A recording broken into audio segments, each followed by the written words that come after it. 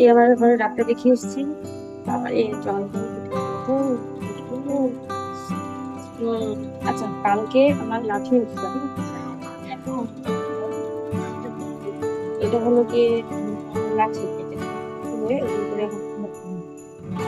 লাঠি কালকে এসছে,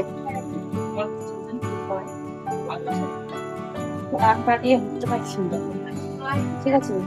ওই কারণে সার্জারির পর আমার ডান পায়ের এরকম 12টা বেজে গেছে, যার জন্য কি আমার আজকে ব্যায়ামের ঘরে গিয়েছিলাম ডক্টর দেখাতে, এইমাত্র আসলাম।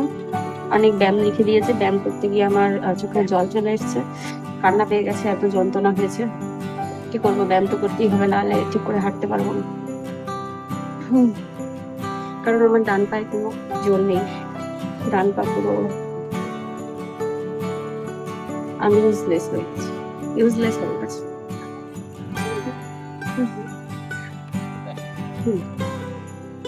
ও মা, আমার মনে হয় কি যে ওই স্যার যে ব্যায়ামটা দিয়েছে না, ওই ব্যায়ামটাতে অনেক কাজ হয়েছে, হবে তো, হওয়ার জন্যই তো। হ্যাঁ, কিন্তু এই 1 সপ্তাহের মধ্যে অনেকটা ইমপ্রুভমেন্ট হয়েছে না?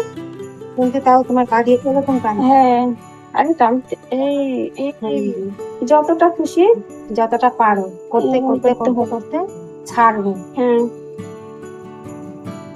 যে বেঁকে যাচ্ছে, বেঁকে যাবে না, এরকম আসবে।